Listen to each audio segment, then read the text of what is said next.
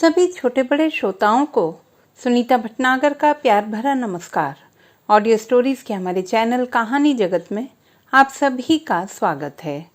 हिंदी कहानियों की श्रृंखला में आइए आज सुनते हैं अवधेश श्रीवास्तव जी द्वारा रचित कहानी बचपन। पूरी सत्कार कॉलोनी में मरघट जैसा सन्नाटा छाया था। आज खन्ना साहब के खाली प्लॉट पर किसी तरह का शोर नहीं था। कल तक तो इस प्लॉट पर हर समय कॉलोनी के बच्चों की धमाचौकड़ी मची रहती थी। बच्चों के माँ बाप लाख समझाते, डांटते, डपटते, यहाँ तक कि पीटते भी, पर बच्चे यहाँ आना न छोड़ते। किसी न किसी बहाने इस प्लॉट पर पहुंच जाते। वे प्रतिदिन इस प्लॉट पर इस तरह पहुंचते थे कि मानो यह उनके लिए मंदिर, मस्जिद, गुरुद्वारा हो। वैसे भी इस कॉलोनी में हर समय कर्फ्यू जैसी स्थिति तब से ज्यादा रहने लगी जब से फ्रीगंज रोड के रास्ते पर डिस्ट्रिक्ट मजिस्ट्रेट से अप्रोच करके कॉलोनी वासियों ने एक गेट लगवाकर चौकीदार तैनात कर दिया था। यूं तो कॉलोनी वासियों ने एक कमेटी का भी गठन किया है, पर उनकी मीटिंग भी 2-3 महीने में एक बार किन्हीं समस्याओं को लेकर ही होती है।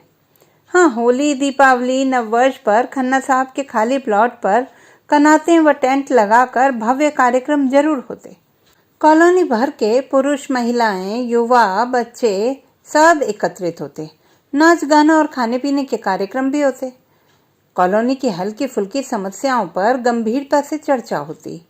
कमेटी के आगामी चुनावों पर भी कूटनीति की बातें होती और अंत में भावभीनी मुस्कुराहटों के साथ एक दूसरे से समय निकालकर घर पर आने के रस्मी वायदे करके गुड नाइट करके चले जाते। कॉलोनी कमेटी की बैठक में खन्ना साहब के इस खाली प्लॉट का जिक्र जरूर आता। हालांकि कॉलोनी में सिर्फ इस प्लॉट पर मकान ना होने से यही बच्चों के लिए एकमात्र खेल का मैदान भी है। उसमें बड़े भी उनके साथ खेल का आनंद ले लेते। पर इस प्लॉट पर दूर दराज से गधे भी आकर लोट लगाते, सुअरों का झुंड भी चहलकदमी करता, सांडों की अलमस्त टोली भी अपना खौफ दिखाते हुए आती। खन्ना साहब ने खुद तो एक कोठी सहयोग कॉलोनी में बना ली थी। इस प्लॉट का सौदा वहीं बैठकर करते रहते। कॉलोनी के कई लोगों ने प्लॉट खरीदने की हिम्मत जुटाई थी। आखिरी बोली 15 लाख रुपए तक की भी लगा दी थी। पर खन्ना साहब के द्वारा यह कहने पर कि राशि तो कम है, कॉलोनी के निवासी लोमड़ी के लिए अंगूर खट्टे हैं की तरह प्लॉट लेने की बात छोड़कर यह कहते, यह प्लॉट कॉलोनी की खूबसूरती में एक बदनुमा दाग है। अब इस प्लॉट पर टीन के चादर का व्यापार करने वाले अग्रवाल साहब ने एक बाड़ा बनाकर टीन की चादरें रख दी थी। गर्ग साहब की दुकान के बाहर रखी गेहूं निकालने की मशीनें जब थाने वाले अतिक्रमण हटाओ अभियान के तहत उठा ले गए थे तो पुलिस की जेब गर्म करके उन्हें भी लाकर इसी प्लॉट पर रखवा दिया था। इस प्लॉट का सबसे अच्छा उपयोग कॉलोनी के किशोरों ने किया। प्लॉट के समीप ही रहने वाले चौधरी वकील साहब के साथ मिलकर बच्चों ने कार सेवा की और मशीनों को खींच खींच कर एक तरफ किनारे से लगा दिया। टीन की फैली चादर को एक साइड में लगाया और मैदान में तितर बितर फैली घास को साफ करके खेलने का मैदान बना लिया। सुबह, शाम और छुट्टियों में दोपहर में भी बच्चों का हुजूम यहाँ एकत्रित हो जाता। बच्चों ने वकील चौधरी साहब से 200 रुपये मांगे और खुद भी चंदा एकत्रित करके क्रिकेट का सामान खरीदा। कॉलोनी कमेटी को चंदा देने में हमेशा तुनक मिजाजी दिखाने वाले वकील साहब ने बच्चों को सहर्ष चंदा दिया। अंकल, आज सोनकर अंकल से कहकर हमारा क्रिकेट का सामान उनके बरामदे में बनी कोठी में रखवा दें। बच्चों ने वकील साहब से अनुरोध किया। उनकी कोठरी खाली ही रहती है। अरे, मेरा तो पूरा घर खाली रहता है, वकील साहब ने बच्चों को सुनाया। आप तो अक्सर बाहर ही रहते। बच्चों ने अबोध आवाज बिखेरी। सोनकर अंकल तो ऑफिस भी कम ही जाते हैं। वकील साहब ने बरामदे में टहलते सोनकर साहब को कड़क स्वर में बुलाया। सहमे से सोनकर साहब ने वकील साहब की तरफ कदम बढ़ाए। सोनकर साहब, अपनी खाली कोठरी में बच्चों को क्रिकेट का सामान रख लेने दो, वकील साहब ने संयम स्वर में कहा। बच्चों को प्यार करोगे तो ईश्वर तुम्हें भी औलाद देगा। अरे क्यों नहीं, कॉलोनी के सारे बच्चे मेरे ही बच्चे हैं। सोनकर साहब को वकील साहब का एक एक वाक्य तीर की तरह चुभा, पर उन्होंने मुस्कुराहट ओढ़ी। इनका प्यार दुलार तो मेरे जीवन की आस है। सोनकर साहब की कोठरी पर बच्चों ने अपना अधिकार जमा लिया। बच्चे दिन भर क्रिकेट खेलते और कॉलोनी के खामोश वातावरण में उल्लास भर देते। बच्चों के साथ किशोर भी शामिल होने लगे। कभी क्रिकेट, कभी बैडमिंटन खेलते तो कभी गपशप ही करते। हालांकि बच्चों और किशोरों के इस कृत्य से कॉलोनी वासी खुश नहीं थे। कभी किसी के घर से नौकर बुलाने आ जाता तो कभी किसी की माँ ही आ धमकती। क्यों दिन भर खेल खेल कर अपना समय बर्बाद करते हो? अपने बच्चों को हाथ पकड़कर ले जाती। अभी तो होमवर्क पूरा करके आए हैं। बच्चे भी चालू भाषा बोलते। अपनी चाल तो पूरी कर लें। पता नहीं चला कब इस प्लॉट के पीछे वाले हिस्से में मशीनों की ओट में एक कुतिया ने 6 पिल्लों को जन्म दे दिया। खेलते बच्चों ने कूकू की आवाज़ सुनी तो झांक कर देखा। अपने बच्चों को समेटे कुतिया गुर्राई। बच्चे सक पकाकर पीछे हट गए। बच्चों ने खेल रोककर घरों की तरफ दौड़ लगाई। कोई बोरी लाया तो दूसरा कोका कोला की खाली बोतल में दूध ले आया। विकल्प अपने घर से कटोरा उठा लाया। सहमे बच्चों ने दूध कटोरे में डालकर थोड़े फासले पर रख दिया और बोरी कुतिया की ओर फेंक दी। बच्चों को संशय से भरी नजरों से देख रही कुतिया उठी। उसने दूध तो लपलपाकर पी लिया और बोरी को मुंह में दबाकर अपने पिल्लों के पास जाकर बैठ गई। बच्चों ने खेलने का कार्यक्रम कुछ दिनों के लिए स्थगित कर कुतिया और उसके बच्चों पर ध्यान केंद्रित कर दिया। पिल्लों की आंखें खुल गईं। बच्चों और पिल्लों के बीच स्नेह का सूत्र बंध गया। कुतिया भी मूक सहमति के साथ बच्चों और पिल्लों के खेल देखती रहती। एक दिन आसमान पर बादल गहराते देखकर बच्चे सहम गए। बच्चों ने वकील अंकल को समस्या बताई। उन्होंने एक बहुत बड़ी पॉलीथीन दी तथा स्वयं आकर वहां रखी मशीनों की सहायता से एक छत बना दी। बच्चों ने राहत की सांस ली। पानी तो ज्यादा बरसा नहीं, पर बच्चों की आंखें रात भर नम रहीं। सुबह होते ही बच्चे एक एक करके प्लॉट पर एकत्रित हो गए।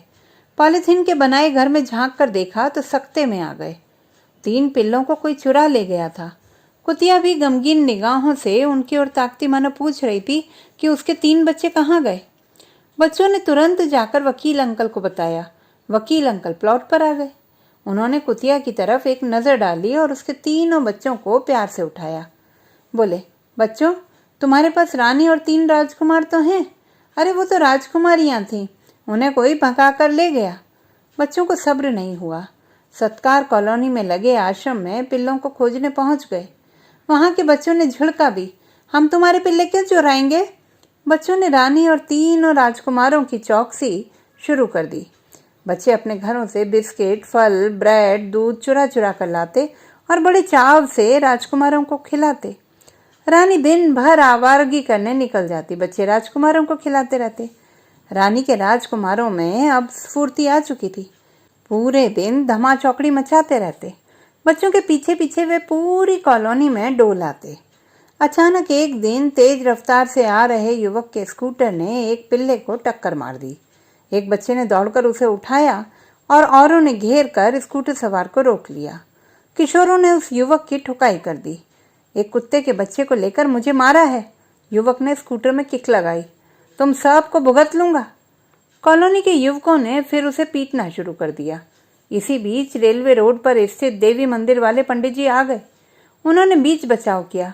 जानवर में भी जीव होता है, मामला रफा दफा करो। पिटा हुआ युवक खिसियाई मुद्रा में कुछ दूर स्कूटर को लेकर पैदल ही चला, फिर उसे स्टार्ट कर तेज रफ्तार से भगा दिया। विकल्प अपने घर से आयोडेक्स लेकर आया। उसने पिल्ले की टांगों पर मली और अपने घर से दूध लाकर उसे पिलाया। थोड़ी देर में वह सामान्य स्थिति में आकर फुदकने लगा।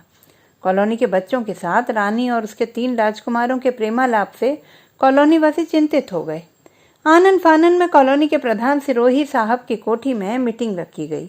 मीटिंग में सबसे पहले खन्ना साहब की थुक्का फजीहत उन लोगों ने की जिनकी उनके प्लॉट पर निगाहें थी। यह तो कोई गंभीर मसला नहीं है। बच्चों को बच्चों से प्यार होता ही है। कुत्ता तो वफादार जानवर होता है। बच्चों ने कोई सांप के बच्चों से तो दोस्ती कर नहीं ली है। सिरोही साहब ने कहा, मैं तो समझ रहा था कि कॉलोनी में कोई बदमाश आ गया है जिसके हाथ पैर तोड़कर उसे धक्का दूं। मामला गंभीर है। बच्चों को यह समय अपने करियर बनाने में लगाना चाहिए, न कि कुत्तों के बच्चों के साथ समय बर्बाद करने में। माथुर साहब के माथे पर चिंता की सिलवटें बनी। लोकल बॉडी को रिपोर्ट की जाए, वह अपनी ट्रॉली भेजे और इस बवाल को कहीं दूर छुड़वा दें। यह काम तब किया जाए जब बच्चे स्कूल जा चुके हों।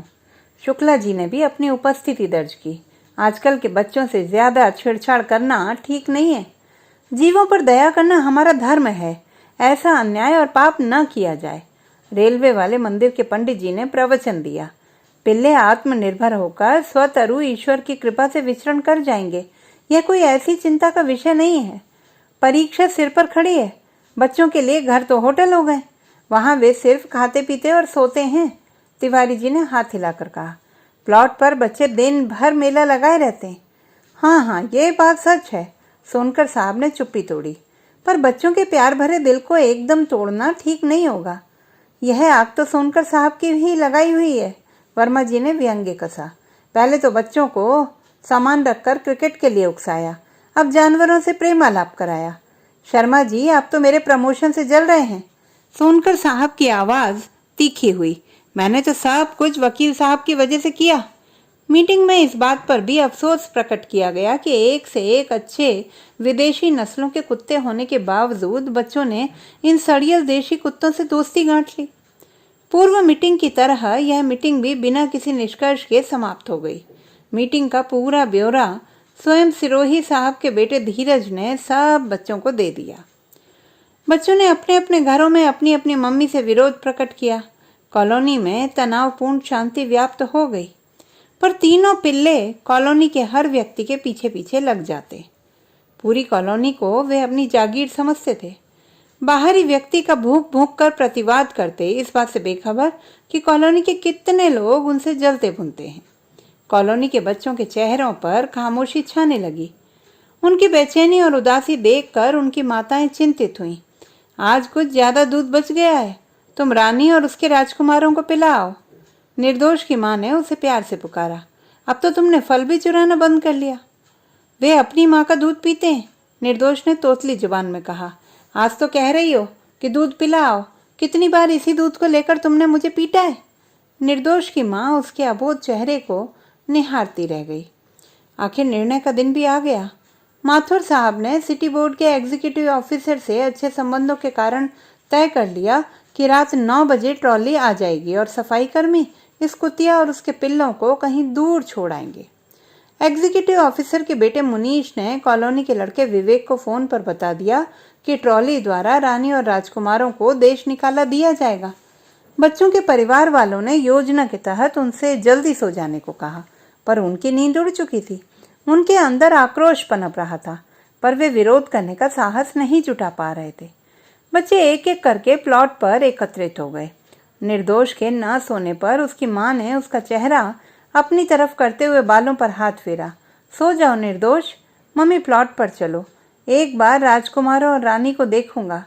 निर्दोष को उसकी मम्मी ने बाहों में भर लिया। उसे लेकर वह छज्जे पर आ गई। रेलवे रोड की तरफ से सिटी बोर्ड की ट्रॉली धड़धड़ाती हुई आई और प्लॉट के सामने खड़ी हो गई। कॉलोनी के लोग भी वहां आ गए। अंकल, हम लोग प्लॉट पर कभी नहीं आएंगे, अपनी पढ़ाई पर पूरा ध्यान भी देंगे। दम्भी बालक अभय के चेहरे पर प्रार्थना दिखाई दी। आप लोग इन्हें कॉलोनी से ना निकालिए। सभी बच्चों ने नम आंखों से हाथ जोड़ दिए। इसी बीच बोर्ड के कुछ कर्मचारियों ने तेजी से तीनों पिल्लों को उठा लिया। कुतिया भी पिल्लों के पीछे पीछे ओली। बच्चों के खाली बिस्तर देखकर कुछ महिलाएं भी घर से निकलकर प्लॉट पर आ गई थी। महिलाओं को देखकर निर्दोष की मम्मी भी निर्दोष को लेकर उतर आई। बच्चे एक कतार बनाकर ट्रॉली के सामने खड़े हो गए थे। अचानक गश्ती पुलिस की जीप भी वहां आकर खड़ी हो गई थी। क्या माजरा है? कोतवाल ने जीप पर बैठे बैठे ही रौबदार आवाज से पूछा। पूरी कॉलोनी इतनी रात गए सड़क पर क्यों है? सभी लोग सहम गए, एक दूसरे का चेहरा देखने लगे। कोई खास बात नहीं है, माथुर साहब ने आगे बढ़कर कोतवाल से हाथ मिलाया। कॉलोनी से आवारा कुत्तों को निकालने के लिए बोर्ड से ट्रॉली मंगवाई है। अच्छा, कुत्तों की विदाई समारोह करके घरों में जाइए। कोतवाल के चालक ने जीप स्टार्ट कर दी थी। भीड़ धीरे धीरे रेलवे रोड के गेट की तरफ बढ़ी। ट्रॉली निकलने के बाद चौकीदार ने फुर्ती से गेट बंद कर दिया था। ट्रॉली में बैठी बच्चों की रानी व राजकुमार टुकुर टुकुर बच्चों को देख रहे थे। बच्चे भी फाटक की सलाखों से ट्रॉली को तब तक निहारते रहे जब तक वह आंखों से ओझल नहीं हो गई। निर्दोष के टाटा करते हाथ को उसकी मम्मी ने धीरे धीरे नीचे किया था। तो ये थी हमारी आज की कहानी। आपको कैसी लगी कमेंट बॉक्स में लिखना ना भूलें। चैनल को सब्सक्राइब करें, लाइक करें और मित्रों के साथ शेयर करें।